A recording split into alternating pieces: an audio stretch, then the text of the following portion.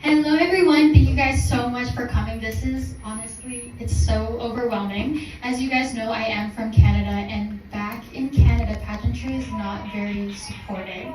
So to come here to the Philippines, to the powerhouse of pageantry, and to be sitting in front of the media, it's amazing. So thank you guys all so much for being here. Thank you guys so much for your support. I can't wait till you guys get to know me more. All right. So, again, hello everyone. My name is Arianna Pantaleon. I'm 21 years old and I was born and raised in Canada, but I am a full-blooded Filipina. I have a degree in public speaking and communications and have worked in various fields of work, but I am most proud of my work in the Filipino community of Canada, which I am heavily involved in. I am an advocate against domestic violence because I saw a family member go through it, and I was also involved in an organization back home in Canada that shelters women and children. I was also involved in a donation drive for Typhoon Karina as of recently because volunteerism and giving back has always been strongly instilled in me. In my free time, I love to listen to music and to sing just like every other Filipino, of course. And little fun fact, I've actually been joining pageants since I was 9 years old. So to be standing in front of you guys, like I said, has honestly been a dream come true and a fulfillment of my dreams and aspirations. So to become an official Mutya candidate has given me purpose and a drive to attain more. So thank you so much for your support once again. And I am Arianna Pantaleon, your Mutya Pilipinas Canada 2024. All right. Hi, I'm Noli for OPMD Worldwide, and welcome here in the Philippines. Thank you so much. Okay, my question is, how does it feel to be a representative of one of the biggest Filipino community in North America in one of the most prestigious national pageants in the country, Mutya ng Pilipinas? Well, like you said in that question, we have one of the biggest Filipino communities of Canada, biggest Filipino communities in Canada, and that's why I'm so thrilled to be a representative, because I want to show everybody the potential that the Filipino community of Canada has in Canada rather than just the Philippines. And that's why I came all the way from Canada to here to show them that in Mutya Pilipinas that it's very possible that just because I was born and raised in Canada doesn't mean I don't have, or I wasn't raised like a Filipina. We're back home in Canada, my parents still raised me to be, very Filipino, I would like to think. So to come here and to show them that the Filipinos in Canada have just as much to offer, then it's really an amazing experience. And like I said, I'm so thankful to be here. So is this your first time here, or you've been here? Well, I would back and forth with my parents when I was younger, but to come here in the Philippines when you're younger, it's hard to really enjoy the experience. So the first time I would say I actually enjoyed my experience, I came here when I was 16 before I actually moved here. And I've always loved the Philippines, but I've always thought of it more of a vacation place until, like I said, I was 16 years old and I came here and I was old enough to really enjoy the experience. And I told my mom that I wanted to move here, and I asked her, would you let me move here? Would you let me move here by myself? And of course, they weren't open to it at first, but my parents are super, super supportive. So of course we gave it a try, and here I am right now. Okay, how does the Filipino and Canadian alike in various ways? Both in Canada and the Philippines.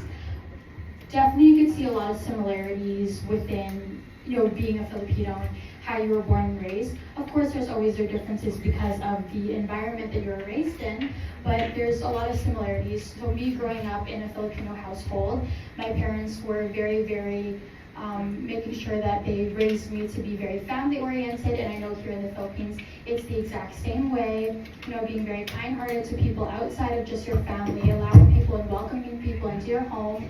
So I definitely think that a lot of the traits that we have here as Filipinos are also brought upon to the people in Canada, because a lot of the Filipinos in Canada are the ones that migrated from the Philippines to Canada. So I definitely think they carry on those traits from their families, or say if they were born from here. So it's definitely very similar, I would say, being born and raised in the country. Okay, last question.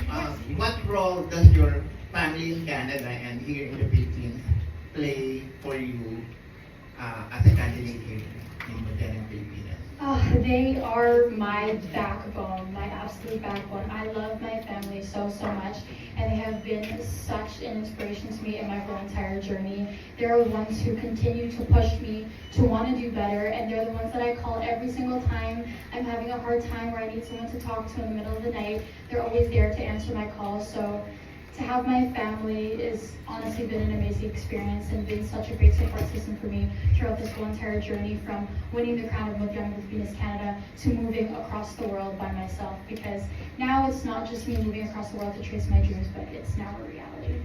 Wow, winner. Yes. Congratulations. Thank you so much, Tito Nolly. And next question is from Tito Norman Tio. Hello, Tito. Arianna, Hello po.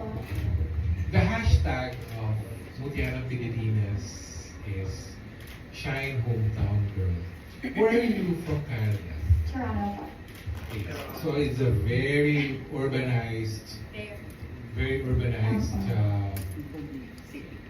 city. And how do you connect yourself to the Shine Hometown Girl hashtag of Mutya ng Pilipinas?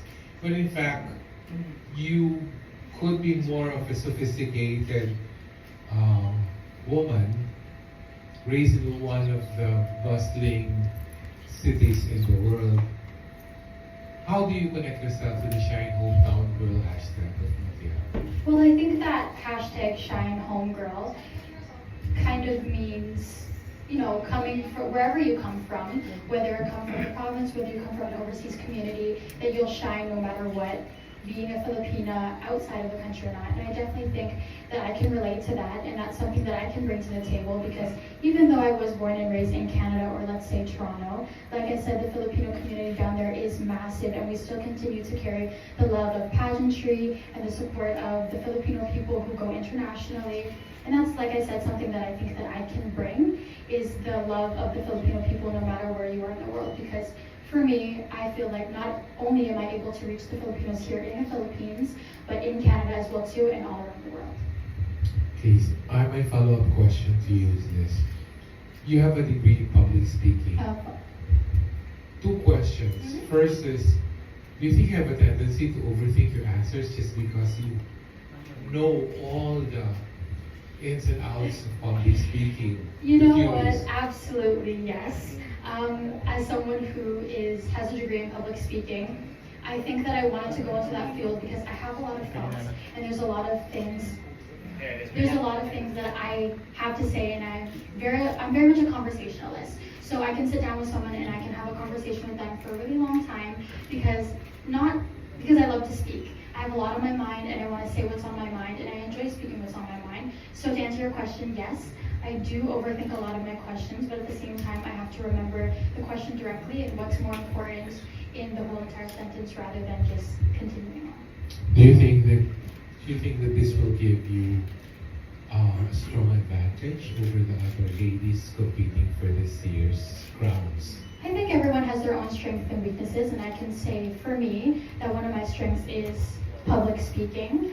And it's not just within being able to talk a lot, but it's also how you say it, you know, your delivery, and the types of things that you say, making sure, like I said, you're saying the right thing, and the way you compose yourself. So yes, I definitely do think that I have advantage in public speaking. Thank you, Arianna. Thank you so much, I think Lisa. that even if you grew up in Canada, you look like someone who just speaks good English, but you were born here in Thank Canada. you so much. Very, very Pinay. Thank you. Thank you so much, Tito Norman Next Tio. question is the delicious Edge Tenoria. At naiintindihan niyo nung pinupo ko siya. Nakinig pa siya ng Tagalog. Iyon niya. Hi, Arianna. Oh, you wanna sit? No, I'm okay. Thank you so Okay. much. Ang dami mong kamukha, no? Ngayon kamukha mo si Rufa. Kanina si Bindi, and then si, yung anak ni Gloria Diaz. Isabel Daza. Ayun. Thank you, po. Thank you so much. Rufa May. Rufa Gutierrez.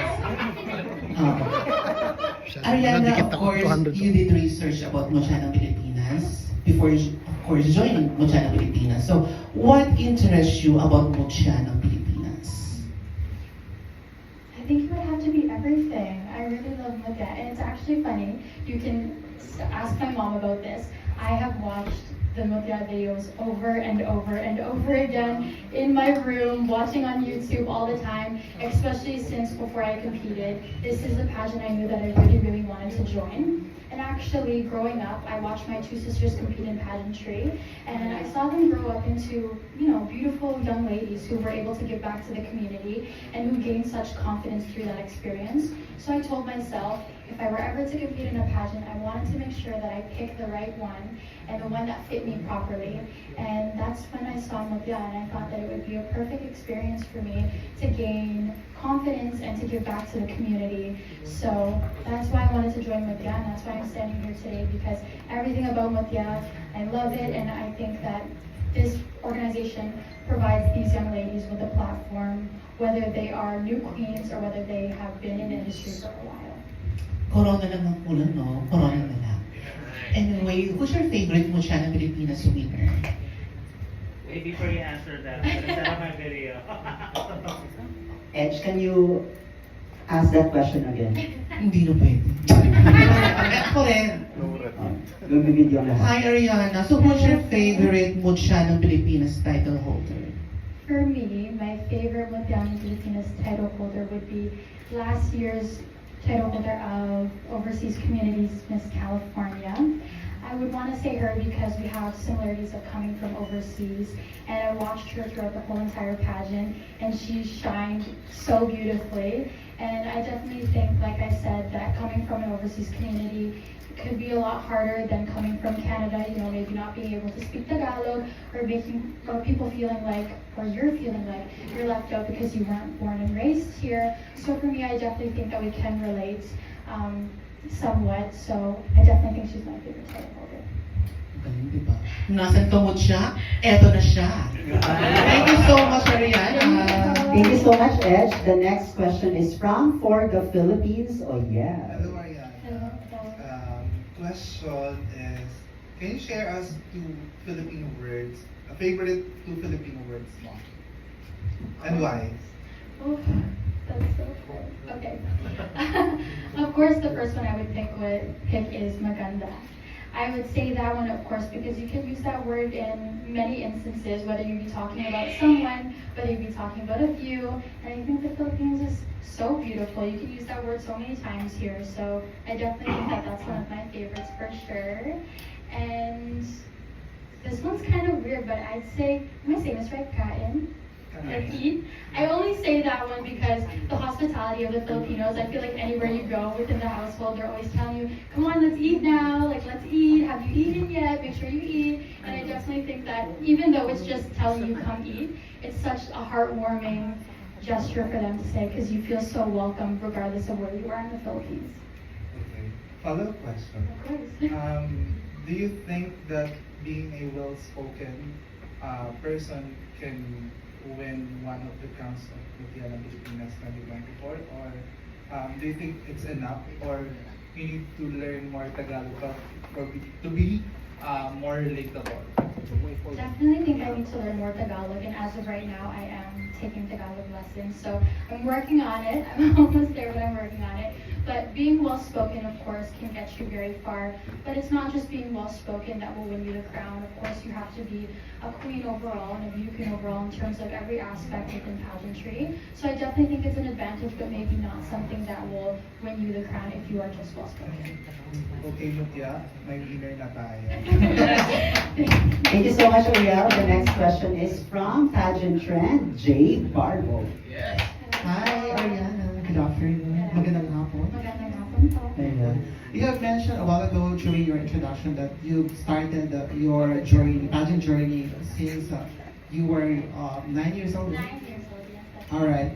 So my question is, what have you learned from your, from the pageant you had before, and what are your game plan now that you are competing for the national competition or pageant?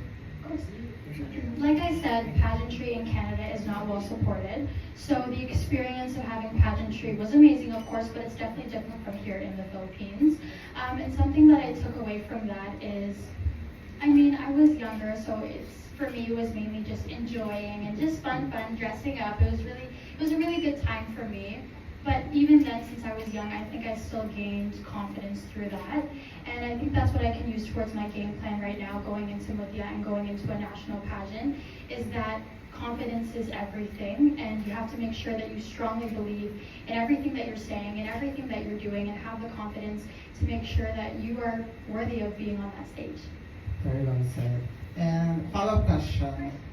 So, since you have joined various pageants, and of course you are considered now as a beauty queen, my question for you is, what's the hardest thing of being a beauty queen? I think my answer for right now would be being in the public eye as a beauty queen. Everyone knows that being a beauty queen in pageantry, especially in the Philippines, you gain a lot of supporters, you gain a lot of fans, and of course you become in the public eye. And like I said, back home in Canada, it's not really like that. So when I was in the pageants, it was very no support, minimal to no support at all. So to be in the public eye, I think it's still something that I'm getting used to, but at the same time, I can use that to my advantage as well too, and allow you guys to get to know me more and use that, like I said, towards my advantage to going into a national pageant. Wow. Well, Mutya, here she is. Good.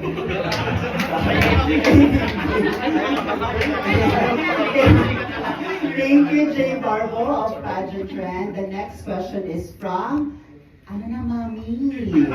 Pao Kanyamo. Hello, Arianna. So nice to see you. I have a question for you. If you will win Mutya Pilipinas 2024, what can you offer to the organization? Or what project would you offer to them first?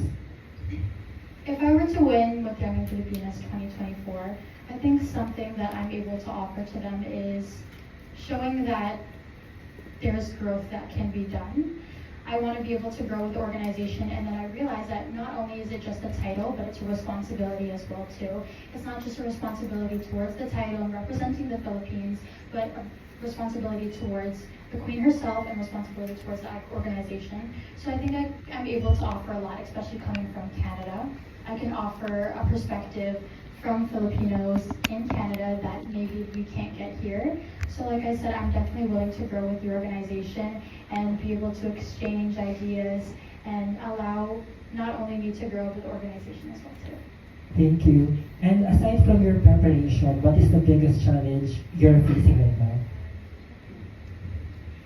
So the biggest challenge that I'm actually facing right now is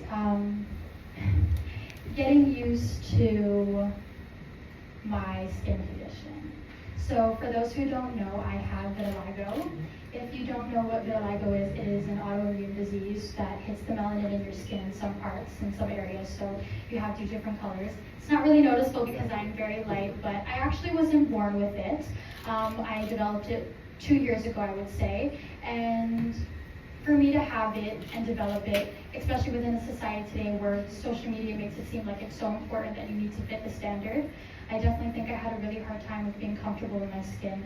And to be coming into an industry in pageantry where these beauty queens are so beautiful and have such nice skin, to come in here and to feel so down about myself, about my skin, and not feel pretty enough, I definitely think that's been my hardest struggle. But as of recently, I've had a lot of people tell me that, you're very unique, it's your uniqueness, and it's something that you can embrace, and that you can show people that it's okay to be comfortable in your skin, and that it's okay to be different. So I definitely think that was one of the hardest challenges that I was going through right now. But I can proudly say that I think I'm overcoming it, and I'm very happy with my skin right now. Yes, you are beautiful, and thank you so much for sharing it with us. You are the winner, Mutya Pilipinas. Thank you so much, Pao Kanyamo. Next question is from Ezel John of Pageantry Fanatic. Hi. I just want to ask, do you feel pressure or inspired that the same thing that brought Fiona Gibbs, Miss Jam and Sir Paul become a Mutya queen? I I definitely think it's an inspiration more than it is a pressure. To be able to look up to a queen like that, especially coming from the same agency, has been so inspiring to me. And to watch her journey through Mutya Pilipinas, I think I can use that to my advantage and to use that towards going into the competition to prove that I'm very capable just as much as she was. After a year coming here in the Philippines, what have changed? Oh, lots has changed. I think me as a person overall has changed. Coming into Canada for the very first time, this was actually my first time being separated from my parents ever. So to come here by myself, and it's funny actually, I remember sitting down in my empty room when I first came here from the airport and looking at my 2 luggages with my whole entire life in here. I was thinking, like, there's no way that this is real. Like, there's no way this had actually happened and that I had made my dreams into reality and moved across the world.